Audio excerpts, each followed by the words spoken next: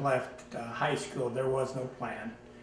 He went to work for rock industry, and where he worked there about 4 years or 5 years. And then I bought a company and hired Mark as well as his brothers, and he worked for me for 5 years. I had many jobs. I think I started when I was rock industries, and I think I was 21, I think. And I was like 5 years. I married my dad. I think that was when I worked for my dad. And I was manufacturing.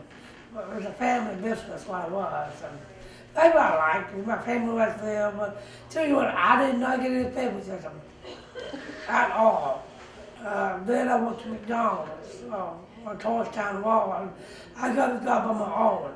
He quit McDonald's to work with his grandfather, my wife's father, and kept him out of the nursing home. So he lived with him, and he did everything necessary to keep him in his own house. So after he passed away, then Mark got a job at Walmart that he worked 5 years as a greeter. Then after that, we decided to go in business together, and we had a consulting business in which we talked to companies about hiring people with disabilities, consulting project out of Ohio, and we also had a small business building bed foundations. Everything was going fine until I had a heart problem. So we had to sell the business, stop the consulting. And I told Mark, I said, Mark, you left Walmart, came to work for me. I said, you should never quit a job unless you've got one. And he said, I thought I had one with you, Dad. Nothing like a little pressure. Well, I'll tell you what, it wouldn't be for college.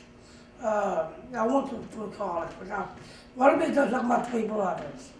They went through college, and I want to be a college student. So I went through college with what's called the Down Syndrome of Louisville Connection. He was active with the Down Syndrome in Louisville, and they initiated a program where individuals with Down syndrome could go through a special program and interact with college students. And so we talked about it. Mark was obviously at that age. I guess he was 49 and that's pretty old, to go to college. But Mark wanted to go, and one of the reasons he wanted to go is he wanted to be a public speaker. And he'd been speaking before, but it was for free. He said, well, if I go to college and I want to do two things, I want to speak, but I want to get paid for it. So he spent 3 years in college, and he went through the different classes. My dream was to be a motivational speaker. But I love to talk. I would never shut up. But that's my main goal. It's me talking full of everybody, millions of people. I mean, I went to Virginia to do my presentation. I went to Lexington, Kentucky. I went to Penn State, Pennsylvania. I have to give credit to my dad and my mom because they pushed me the way I am now. Even my brothers, I mean, that's what got me talking. I mean, I had to stand up for my wife. But I went up there, I went to college, and in the public speaking, and I'm talking on behalf of my friends who has a disability. He has a special message. His message is, I can do it, you can do it.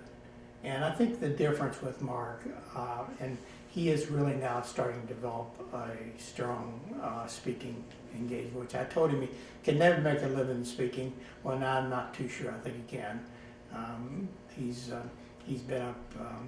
He's gotten the award for the Self-advocate Helen Keller Award in Virginia.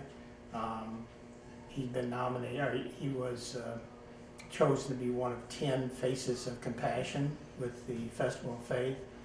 And his latest venture is in Seattle, Washington, where he's going to lead the buddy walk. So although he doesn't have a strong web page and or really a lot of promotion in that area, word of mouth has gotten out. He's staying quite busy now, actually, in speaking. So with Mark, I've learned never say, Mark, that you'll never be able to do that.